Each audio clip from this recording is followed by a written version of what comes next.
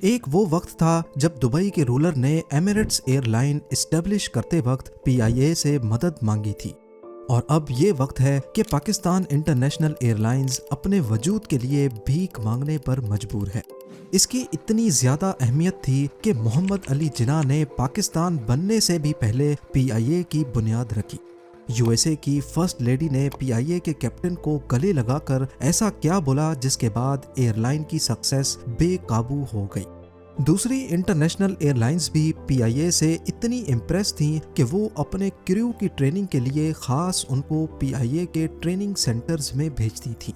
سچ پوچھا جائے تو پی آئی اے کی اچیومنٹس اتنی زیادہ ہیں کہ ان کو انگلیوں پہ گننا کافی مشکل ہے، لیکن اس سب کے باوجود آخر ایسا کیا ہوا جو آج پی آئی اے پچھلے 20 سالوں سے لگاتار نقصان پہ نقصان دے رہی ہے؟ نوبت یہاں تک آ گئی کہ اس کو خریدنے کے لیے صرف $3.5 کروڑ کی آفر لگی ہے، یعنی جتنے پیسے ایمریٹس ایئر لائن محض صرف 2 دنوں میں کماتی ہے۔ زیم ٹی وی کی ویڈیوز میں ایک بار پھر سے خوش آمدید۔ ناظرین، پاکستان انٹرنیشنل ایئر لائنز کی شروعات اصل میں برٹش انڈیا کے دور میں ہوئی تھی، جب پاکستان کا کوئی وجود ہی نہیں تھا۔ 23 اکتوبر 1946 کو محمد علی جناح نے کچھ بزنس مین کی مدد سے کولکتہ میں اورینٹ ایئر ویز کے نام سے ایک ایئر لائن رجسٹر کروائی۔ یہ برٹش انڈیا میں پہلی ایئر لائن تھی جس کے مالک مسلمان تھے۔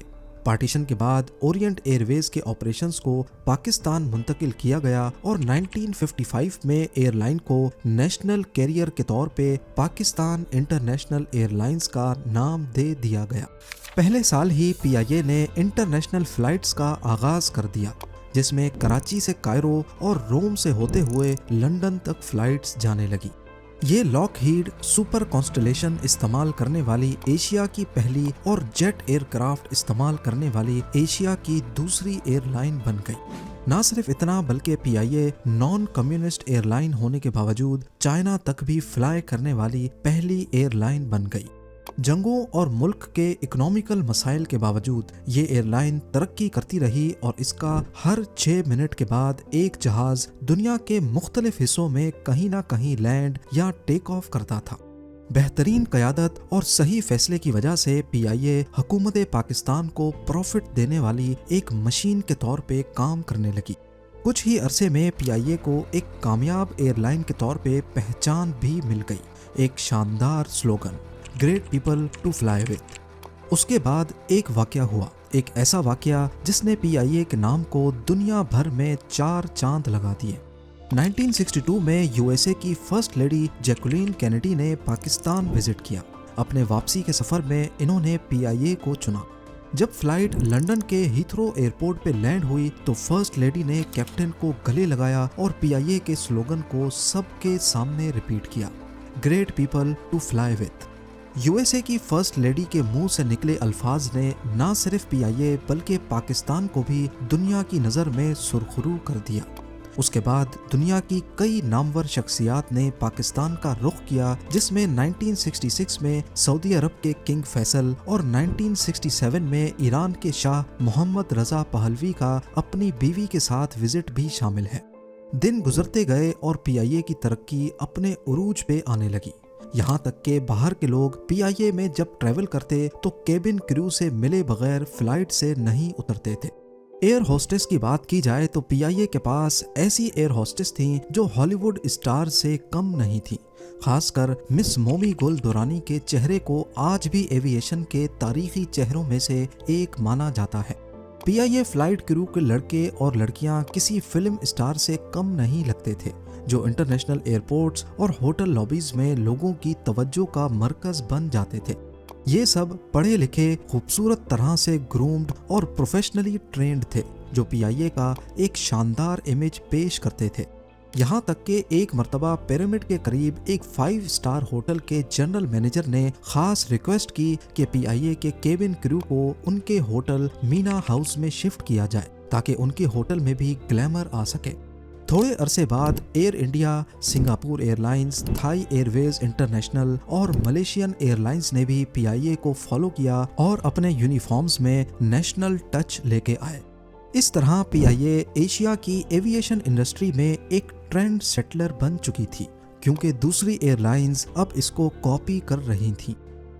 پی آئی اے کی اچیومنٹس اتنی زیادہ ہیں کہ ان کو انگلیوں پر گننا کافی مشکل ہے۔ پی آئی اے وہ پہلی ایئر لائن رہی ہے جس نے بوئنگ جیٹس کو ایشیا میں انٹروڈیوس کروایا۔ نان کمیونسٹ ہونے کے باوجود چائنا میں لینڈ کیا، چائنا تک جانے کا دوسرا روٹ استعمال کیا جو کہ کراکورم رینج کے اوپر سے ہو کر جاتا ہے۔ پہلی بار آٹو ٹکٹنگ سسٹم بھی پی آئی اے نے ہی متعارف کروایا۔ ماسکو یعنی اس وقت کے سوویت یونین سے ہوتے ہوئے یورپ تک فلائٹس چلائیں۔ پی آئی اے پہلی نان یورپین ایئر لائن تھی جس نے ناروے میں لینڈ کیا، اور سب سے بڑھ کر پی آئی اے کا شمار ان ایئر لائنز میں ہوتا ہے جنہوں نے 1960s میں in flight entertainment system introduce کروائے۔ یہ پی آئی اے کا گولڈن ایرا تھا جب کراچی کو ایویشن کا ہب سمجھا جاتا تھا۔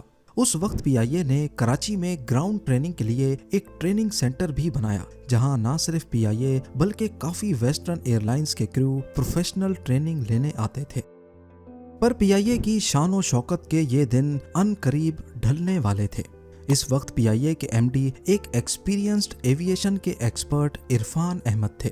انہوں نے اپنی صلاحیت سے پی آئی اے کا نام روشن کرنے میں کوئی کسر نہیں چھوڑی۔ ابھی تک پی آئی اے کی مینجمنٹ ایکسپیرینسڈ لوگوں کے ہاتھ میں تھی، لیکن 1971 میں پی آئی اے کی مینجمنٹ ایئر وائس مارشل ظفر چودھری کے ہاتھوں میں سونپ کر انہیں ایئر لائن کا ایم ڈی بنا دیا گیا۔ یہ کام کسی اور نے نہیں بلکہ اس وقت کے chief martial law administrator general Yahya Khan نے کیا تھا۔ پی آئی اے کے ایم ڈی کا عہدہ سنبھالے ابھی ایئر وائس مارشل ظفر چودھری کو کچھ مہینے ہی گزرے تھے کہ انہوں نے پی آئی اے کے آدھے سے زیادہ امپلائیز کو نکال دیا اور کئی جہاز سیل کر دیے۔ بے شک یہ قدم 1971 کی انڈو پاک وار کے بعد ملک کو گہرے نقصان سے نکالنے کے لیے اٹھایا گیا تھا، پر یہی فیصلہ آنے والے سالوں میں پی آئی اے کے لیے ایک کے بعد ایک چیلنجز کا سلسلہ شروع کر بیٹھا۔ وہ اسٹاف جن کو نکالا گیا تھا وہ پی آئی اے کے ہارڈ کور ورکرز تھے جن کی خون پسینے کی محنت نے ایئر لائن کو اس مقام تک پہنچایا تھا، اور جہاز سیل کرنے کا مطلب تھا کہ اب پی آئی اے ان انٹرنیشنل ڈیسٹینیشنز تک ویسے نہیں جا پائے گی جیسے پہلے 6 منٹ کے بعد ایک جہاز کہیں نہ کہیں لینڈ یا ٹیک آف کرتا تھا۔ یہ ایسے ہی تھا جیسے ریس کا گھوڑا جو ہر بار جیتتا ہو، صرف ایک بار ہارنے کی وجہ سے اس کی ٹانگیں کاٹ دی جائیں۔ اب وہ زندہ تو رہے گا لیکن ریس میں دوڑنے کے قابل نہیں بچے گا۔ اس واقعے کے بعد 1972 میں پی آئی اے کو ایک دوسرا جھٹکا دیا گیا، اور یہ تھا نیشنلائزیشن۔ جی ہاں، 1972 میں سویلین گورنمنٹ کے آتے ہی پرائم منسٹر ذوالفقار علی بھٹو نے پی آئی اے کو پوری طرح نیشنلائز کر دیا، یعنی اب یہ پوری طرح گورنمنٹ کے کنٹرول میں آ گئی۔ اس سے پہلے جب پی آئی اے کو 1955 میں کلکتہ سے پاکستان شفٹ کیا گیا، اس وقت اس میں گورنمنٹ آف پاکستان کے شیئرز تو تھے لیکن پرائیویٹ سیکٹر بھی اس میں انوالو تھا۔ نیشنلائزیشن کے بعد پی آئی اے میں پولیٹیکل بھرتیوں کا آغاز ہو گیا، یعنی لوگوں کو پسند کی بنا پر جابز ملنے لگیں نہ کہ ٹیلنٹ کی بنا پر۔ مینجمنٹ میں ایسے لوگ آ گئے جنہوں نے ایسے فیصلے لیے جو پالیٹکس کے لیے تو اچھے تھے لیکن بزنس سے ان کا دور دور تک کوئی کنیکشن نہیں تھا۔ کام کے لیے نہیں بلکہ سیاسی فائدوں کو حاصل کرنے کے لیے نئے امپلائیز ہائر کیے گئے، جس کی وجہ سے پی آئی اے پر سیلریز دینے کا برڈن مزید بڑھ گیا، جبکہ جہاز اور روٹس جن کے لیے پہلے پی آئی اے فیمس ہوا کرتی تھی ان کو بہتر کرنے کے لیے کوئی اقدام نہیں اٹھائے گئے۔ ابھی سویلین گورنمنٹ کو 5 سال ہی ہوئے تھے کہ 1977 میں ایک بار پھر سے پاکستان میں مارشل لا لگا دیا گیا۔